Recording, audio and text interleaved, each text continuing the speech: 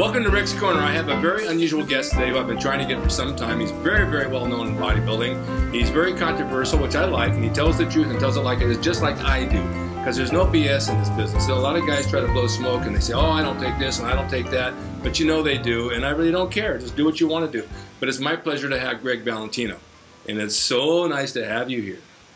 Rick, I gotta tell you something. Yes. I've always, I remember watching you when I was a kid, looking up to you and reading about you, you know, and in the 70s and stuff. So it was great, man. I'm honored to talk to you.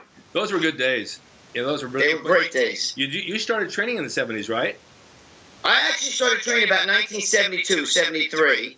And in 76, I started competing. Back then, it was only the AAU. Yeah. You know what I mean? It was way before there was an NPC. Yeah. And then I was in Gold's Gym in 81. Right. And, you know, I used to go out there, and I just posted some pictures. I'm actually in that very famous picture, the Gold's Gym.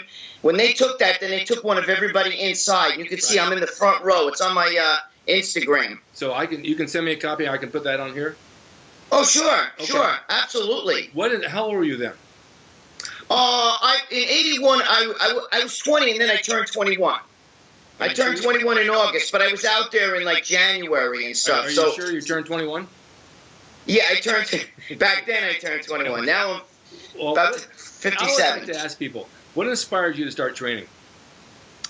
You're not going to believe this, but I saw, like, I was always built as a kid. I'll send you another picture of me at 11 years old. Yeah. And I thought I was, like I was kind of cocky about it. Like, I thought, look, I got muscles, because other kids used to say, like, oh, my God, you got all these lumps on you, you know? Yeah, of course. And they meant muscle. Yeah. And then I saw a picture of the Mapo box, where the kid had the bicep. I want my Mapo. You remember that? It was almost like you remember that? Yes. A young kid? Yes. Well, I was, like, mesmerized by his bicep. I was like, I thought I was built, and I felt like, oh, no.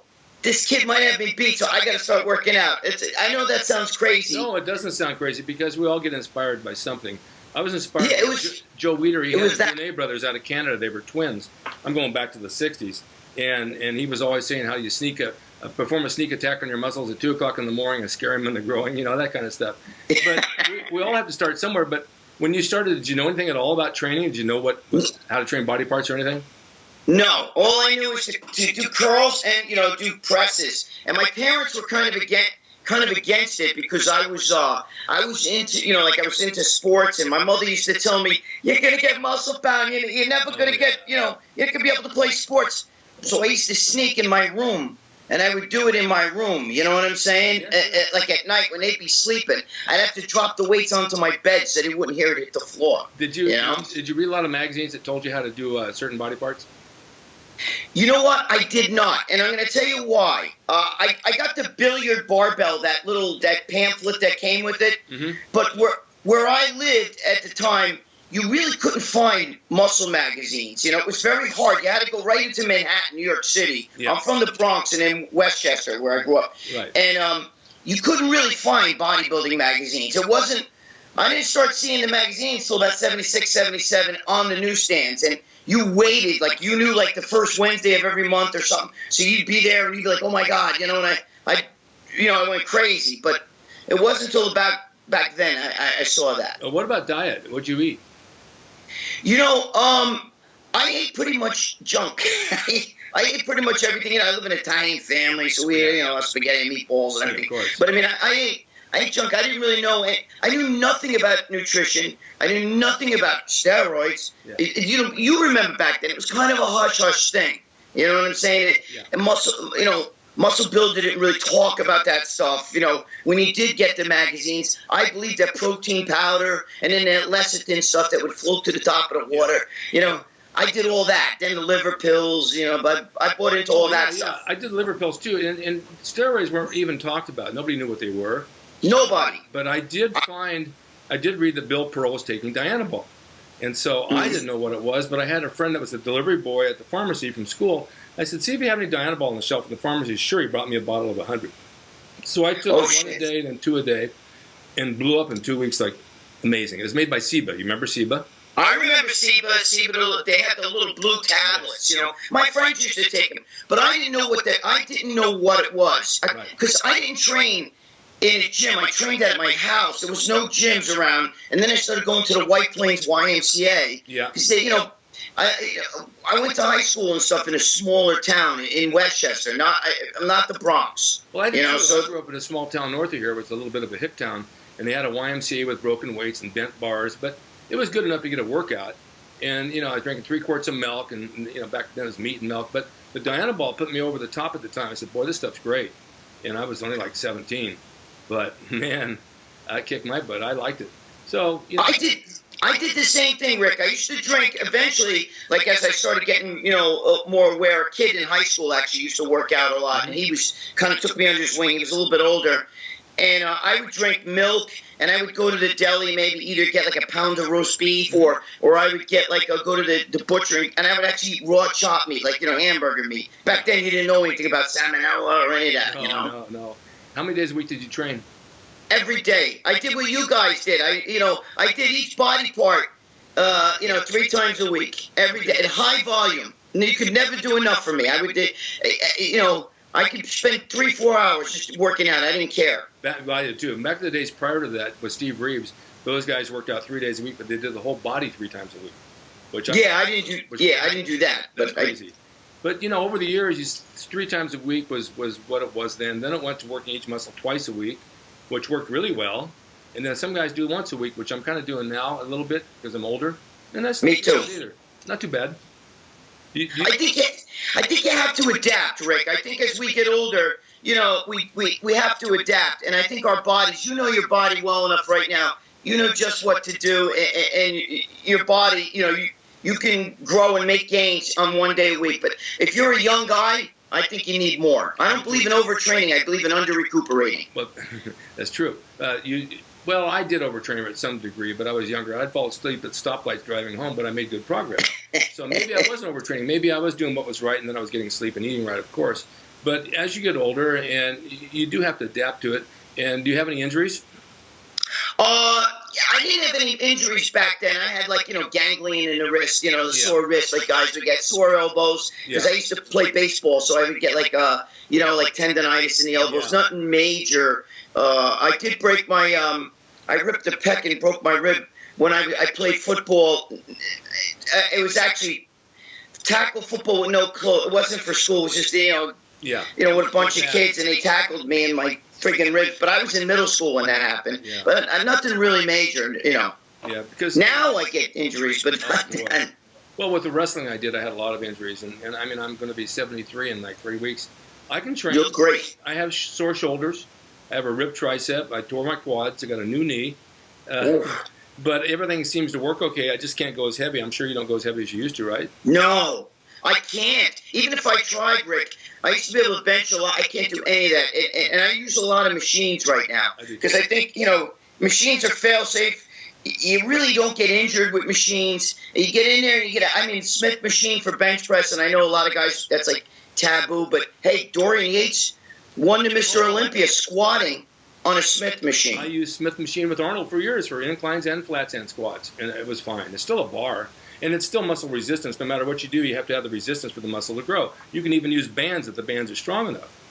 Absolutely. What do you think you made your best gains on? By what kind of routine and what kind of diet? I would say, because I was young, the routine that you guys did. Each body part, Monday, Wednesday, Friday, I did chest, back, and shoulders, and you know what I mean, like that, and then I would do arms and legs on, Tuesday, Thursday, Saturday, like that. And I did high volume, lots of sets, lots of reps, and eating, obviously, the same way you guys did, the milk, eggs, water, cheese, cottage cheese, the hamburger meat, the whole bit, all the time. Always ate a lot. To this day, I still kind of eat a lot like that, to be honest with you. Yeah, I do too. Did your friends laugh at you when you were training like this? They give you a hard time? Oh, yeah. You know what it is? My friends would want to go out somewhere, like, let's go to Playland, let's pick up girls. And I'd be like, I can't, I got to work out. Yeah. You know what I mean? I'd be in my room working out, sweating it up. And, because there was no, like I said, there was no gyms. And then they would, break my nuts over it because, not for nothing, they were all out and I'm at home working out. But, once you got that in you, You know what I mean? Those are the ones that tell you you're going to turn to fat when you're 25, which is not muscle. Oh, my God. I still get people telling me that. Oh, I know. It's ridiculous. And that is asinine. It is asinine. Yeah. When you started with the anabolics, what's the first thing you took that worked for you? I was actually 35 when I started with steroids. And I trained 23 years naturally, and I started selling drugs. You know what I mean? So I was like, and you know what the thing is, Rick? I prided myself. I'm going to be honest with you. I prided myself when I was natural. Like, look, I'm natural, and but then you would give, like, these guys would come to you for advice, and I'd see them walk in the gym, and then 6 months later, they were twice my size, and I'm like, holy shit. Yeah. So then when I started selling it, because I lost my gym. I had 3 gyms at one time, not all at once, but this was the first one. Yeah. And I was in between jobs. I wasn't making money, and a friend of mine used to get that stuff. So, and he knew I knew all these bodybuilders, so I started selling it. And then one day, I don't know, Anabolex was the first one, which is D-ball, Dominican D-ball. Yeah. I said, you know what? I earned this. I deserve this. But I'm an all or nothing guy, Rick. So when I do it, I either do I go nuts or I do nothing. Even when I go to the gym, I never say, today I'm just going to go light. I'm going to, just a little something. It's either, if I'm supposed to do 100 sets, if I do 99, I feel like I cheated myself. So when I go to the gym, it's all or nothing, and I don't miss workouts. So usually it's, it's an all-out thing. Well, same thing with the steroids. We were a lot alike like that. So go on. Oh, I'm sorry. Same thing with the steroids, Rick. Once I started, I figured, okay, I was natty. I was so proud. Everybody knew me for being that. I used to compete that's a new term, isn't it, natty? Yeah, natty. Yeah, it's a new term. I didn't know back then. Last year for the first time, I said, what the hell does that mean?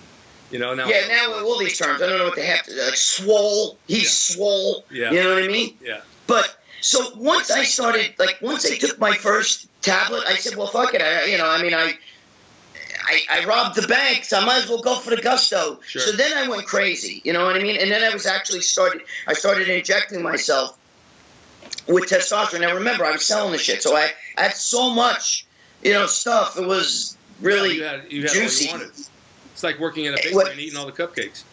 Yeah, that's right. So, that's like a baker, right. Eating cookies all day. So what I did was I actually started taking a whole bottle of 200 milligram. I used to like propionate and cypionate, but propionate because it gets in you fast. Right. So I had 200 milligram Steris, 200 milligram propionate, 10 cc's. That's 2,000 milligrams. I would take that on Monday, then do another bottle on Wednesday, and then do another bottle on Friday. So I was taking like 6,000. I went from nothing to 6,000 milligrams of test. All right. What were the results? I gained 100 pounds. I went from, that's nuts. I actually weighed 275 at one point. At my height, I'm 5'6". So I couldn't, I breathed like Alfred Hitchcock. I couldn't. That's why everybody thinks with the Synthol. I took oil-based steroid. They see that one arm, that was a hematoma. That was something totally different. But I would shoot 3 cc's into my biceps. But it was steroid oil. You know what I mean? It's like cypionate, propionate. Oh, I know that. But do you think it makes a difference going directly into the bicep? I feel you get localized. This is just my feeling. There's no science behind it. You know what I mean? But I felt like when you're getting a stretch from the oil, the fascia, the fascia stretch, when you shoot like 3 cc's of oil and whether it's testosterone, these guys use the Synthol. Back then this is all like 1990s and everything. Right. So there was no Synthol. But anyway, I shot the 3 cc's.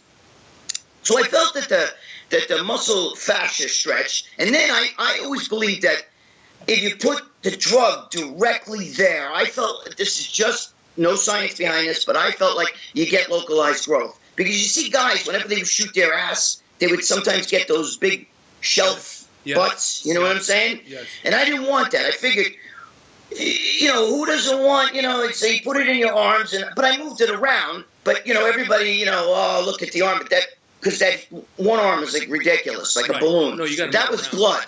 But don't you think some of that's an irritation that causes that? Oh, yeah. Absolutely. It's swelling. Like a Cyclane? Remember Cyclane? Yeah, I never used the Cyclane because I was already done competing. That was long after.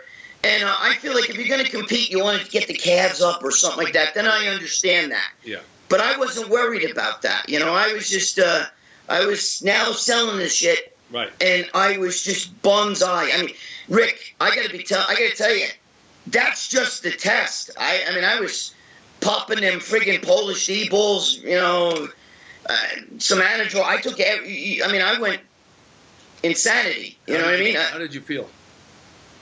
I felt like shit. Yeah. I mean, you felt big and strong, like, but I had no endurance. How about your blood pressure? Blood pressure go up? Oh yeah, everything went up. I mean, everything. You know, you go to the doctor and it's like, holy shit, are you drinking and smoking? I'm like, no, I'm taking juice. And he's like, well, your liver's like really, really like, you know, it's not, your enzymes are like out of control. And I'm like, you know, and he's like, you should really cut that down. I mean, first of all, I'm sitting there and I'm 5'6", 275. I didn't look too good. You go to the movies and your girlfriend's like looking at you like this. And I'm like, what? And she's like, you breathing, like, you know, I hear you like. You can hear it yourself. You should have told the doctor, listen, doc, last year I was 6'5", this year I'm 5'6". That's what, but then see, then I got, you know, I had a short man complex anyway. So I figured, hey, if I can't grow bigger, I'm going to grow wider. And, you know, so I just went nuts with this stuff. And, you know, I never, you know, when you get in that mode, you don't even think of your own health. You just think of like, holy shit, if I'm 275, imagine how big my arms would be at 280. Well, you know what I mean? There's nothing wrong with being short because things are always looking up. Yeah, it's true. But well, you know, like my sex drive was crazy too. Absolutely, you know. Yeah. But do you think it can go up and then come back down if you take too much? You know, you're right.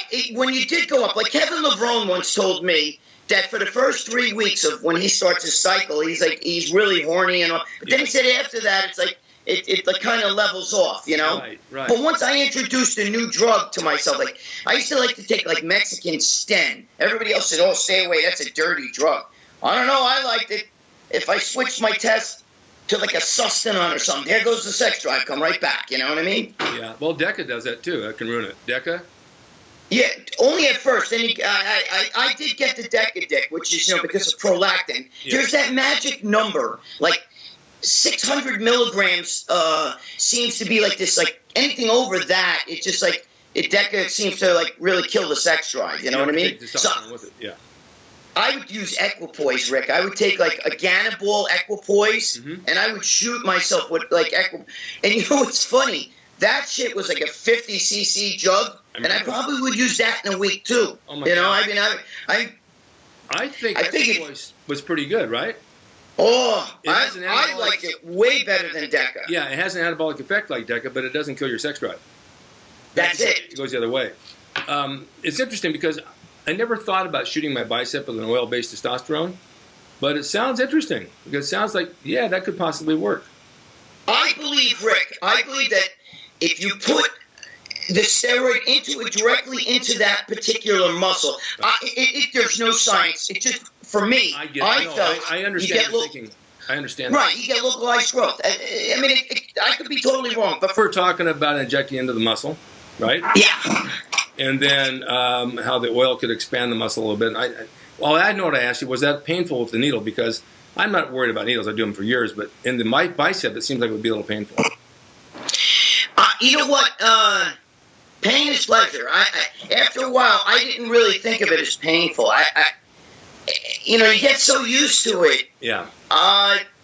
It didn't matter to me. I actually liked it. You get the swelling. I mean, I liked swelling. I mean, I think if you would have told me back then, I would have hit it with a hammer. It didn't matter. You know what I mean? Sure, I do.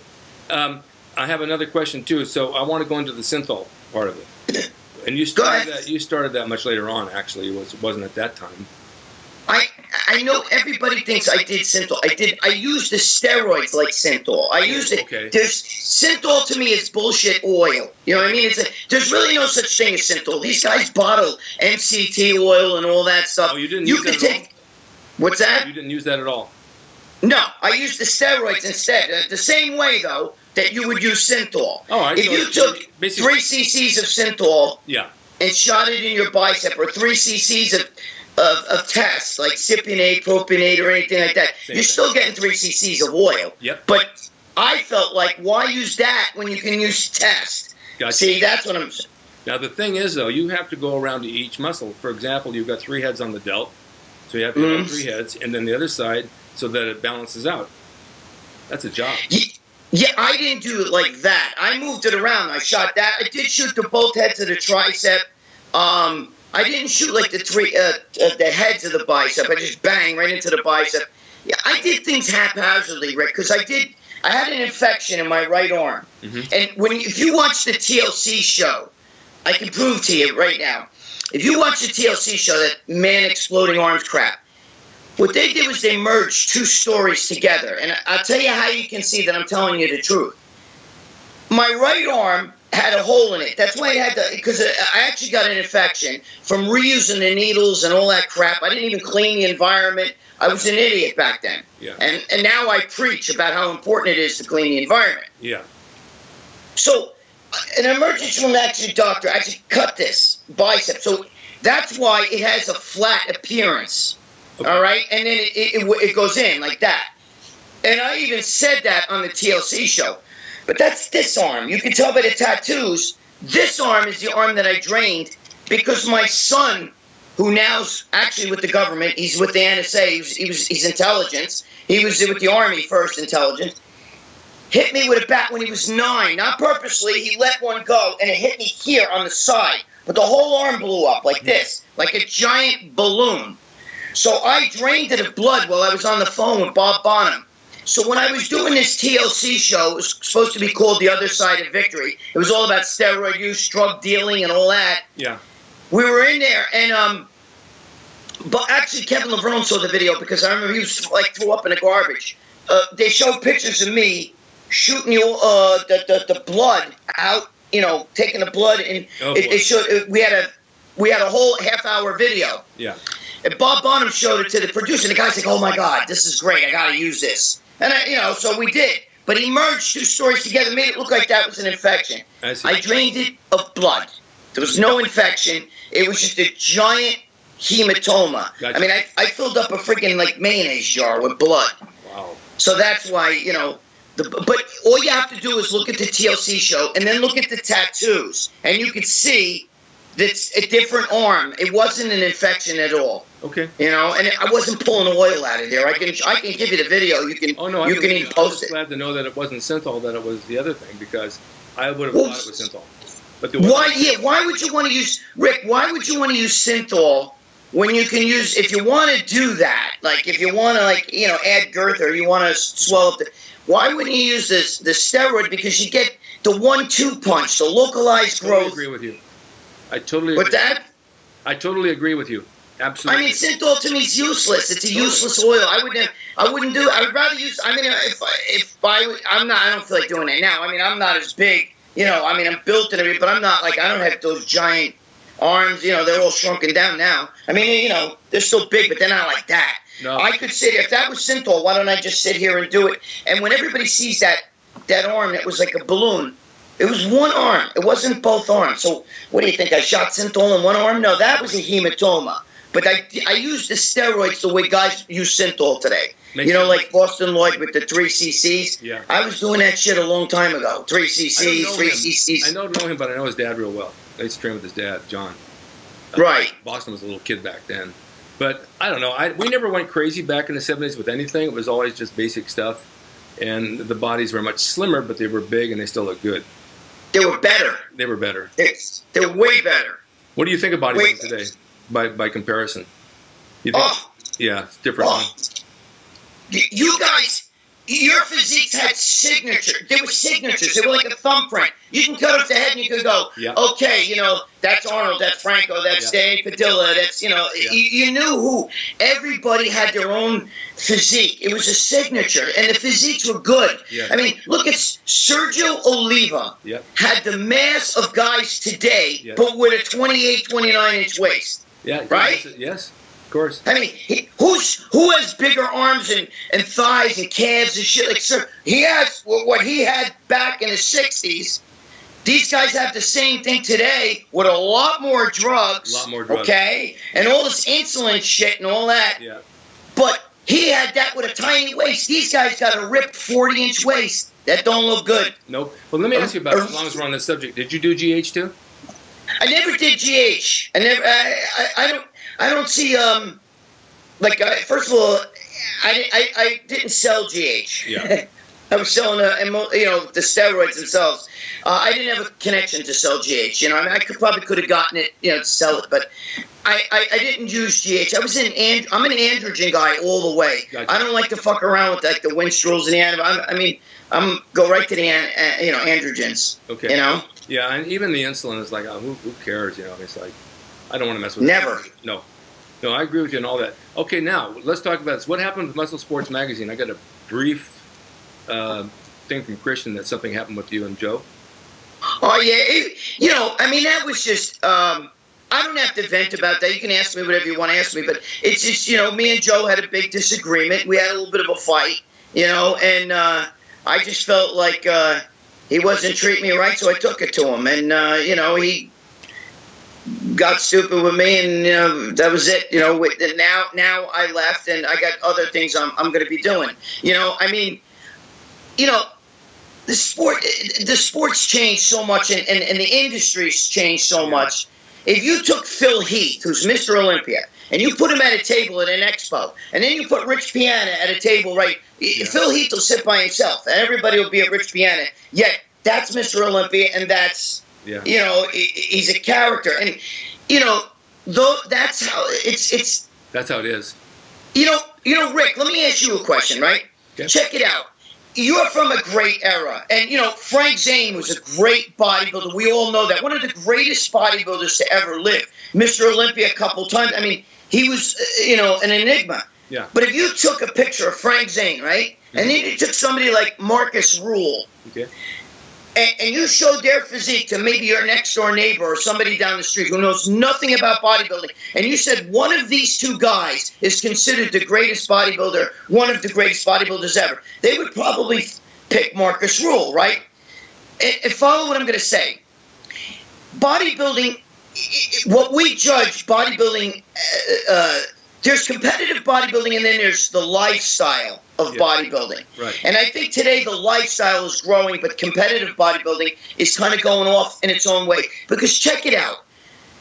If you look at a girl, you may say, well, I like a girl with big boobs and, big ass. I don't. I like a skinnier girl, kind of like, like Jamie Eason or something like that. Yeah. I don't like a exotic girl. Yeah. So who's to say she's got a better body than her? To you, you may say the big boob and big ass body, that's better. Well, if you go by sheer development, Marcus Rule has, think about this, Marcus Rule has, and I'm just using him as an example, has Frank Zane beat in every body part, yet he could not beat him in a show. The only body part Frank Zane might have him beat is in the abs. Calves, Rule. Hamstrings, Rule. Thighs, Rule. Yeah. Abs will give to, waist will give to Zane. Biceps, triceps, Rule. Chest. The thickness is crazy. Rule, back, Rule. Traps, Rule, shoulders, Rule. Yet he couldn't even touch Zane. Yeah. But as a development-wise, he's more developed than Zane. So who's a better artist, Michelangelo or Pablo Picasso? Two different kinds of art. Because you're an artist. Am I right or wrong? Yes, you are, but it's just a matter of opinion. Right. So isn't bodybuilding, when you judge a contest, how many times have we seen a physique and we go, holy shit, I can't believe he beat him or whatever. I mean, Arnold had a great physique, but he won because of his charisma, because there was a lot better. I mean, he even said that Sergio Oliva's physique was phenomenal. Yeah. Right? And he looked up to Reg Park. What's that? Arnold looked up to Reg Park. Reg Park, yeah. Uh-huh. And I'm just saying, we like the beautiful physiques, but it's, in essence, if you're going by bodybuilding, then the sheer development of the physique, Marcus Rule should beat Frank Zane in a contest. He's more developed in every body part. But the general public today would pick Frank Zane as far as the type of build they like to look at. Yes, without a doubt. Right. Nobody today, there's no bodybuilder today. Maybe it's the physique guys, they would say, well, I'd like to look like him. Yeah. But Arnold would probably be a physique guy today. Because think about it. Arnold at 6'1", 6'2", whatever he was, what was he, 220, 225 at the most? When I met him, he was 265, but he trained much lighter weight. but he was massive. His chest and arms were massive. Yeah, but he didn't compete at that. What did he compete at? He competed at about 225, 230. All right, think about that. You got guys that are 5'3", 5'4" today, and they have trouble getting in a 212 class. Arnold would be like 10 pounds off of being a 212 guy, yet he's a foot taller than those guys. Yeah, I know that. Big difference. Yeah, the physiques are insane today. You know, they're insane. Even the women. And I was just about to say that. The women... I mean, I remember Lisa Lyons in the gym where, you know, I used to see her and she was a regular Golds all the time. The women, you can't compare. Back then, women I thought looked better. You know what I mean? Today, I love the female bodybuilders as my sisters in iron, but it's not my taste, you know, like what I prefer a woman to look like. I like the bikini girls, although I don't believe they belong in the same stage as the bodybuilder. No, it's amazing what they've done, but I like the feminine physique much better. Yes, totally like that. You know, I mean, you can't compare. But they let female bodybuilding get out of hand. They let these girls get 20-inch arms, talk like a man is super jacked, and then they go and they put the kibosh to female bodybuilding, which is, you can't do that. You know what I mean? The days of Gladys Portuguese, Corey Everson, you know, Rachel McClish, those girls again cut off their heads. Oh, that's Rachel McClish's physique. Oh, right? Those girls still look good. Today. Oh, they do. Yes, they do. What's your plans for the future? What are you going to do? I mean, I got a bunch of things. You know, I'm doing a Generation Iron Season 3. That's my... you know, I mean, I have my own show on that network called Storytime with Gregg Valentino.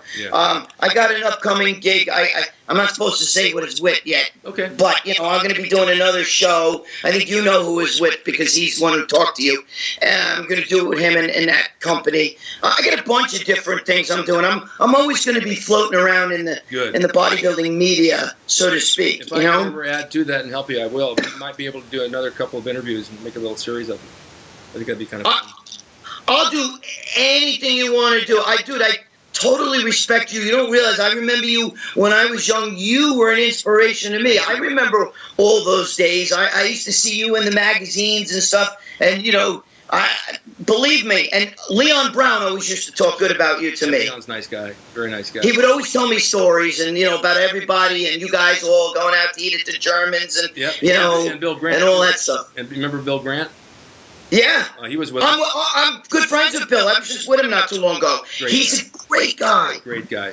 We did a lot of TV shows together, and we had a good time. He talks good about you, too. Believe me. Rick, to me, you see these young kids today, they don't know, but it's guys like you. You know, I know all the stories with you and the gym and Chet Yorton and this one and that one. And, you know, believe me, you know, I look up like... I can see Ronnie Coleman walk in the room, and he's a great guy, and I'm friends with him and everything. But when I see one of you guys, I get like a kid again, you know? A Robbie Robinson, like, oh, my God, you know, like, that's Robbie Robinson, you know? Yeah, Robbie looks great. I have a cat on my table who doesn't want to leave me alone. She's sweet, but this is not the place. No, this is not the place for you. So if they want to find you on the internet, people want to reach you, how do they do it? You could look at my Facebook, Gregg Valentino. I mean, all you have to do is, sometimes there's people why would you want to make believe you're me? You know, some people, there's fake accounts. If I was going to try to make believe I'm somebody, be Brad Pitt or something like that. Yeah. But I wouldn't want to be me. You know, I look like Uncle Fester on steroids. Did you have an idol growing up? I said, no, I just wanted to be the best me I could be. Because there's already one of them, there's already one of them. I don't want to duplicate it. It's going to be you, right? There's too many, these guys that use my friggin' name and profile. It's stupid. But you can find me, Instagram, Gregg Valentino, YouTube. I'm starting to do the videos again, all that stuff, you know. Okay. Well, stay in touch with me. I'm really happy to have you here. We've got a nice long video I'm going to put together, and I'll send you the link to it. And I'm honored. I'm talk with you, Rick. And send me some good photos that I could use as well. Just email them to me. Okay, sounds great. Thank you, Rick. Thank you so much, man. Much respect to you. Thank you so much. And I'm going to close this off to my viewers right now. Thank you guys for watching Rick's Corner. It's been an amazing thing having Gregg Valentino here. I'm so happy to have him. And we'll see you all guys next time. Thank you, Rick. Thank you so much.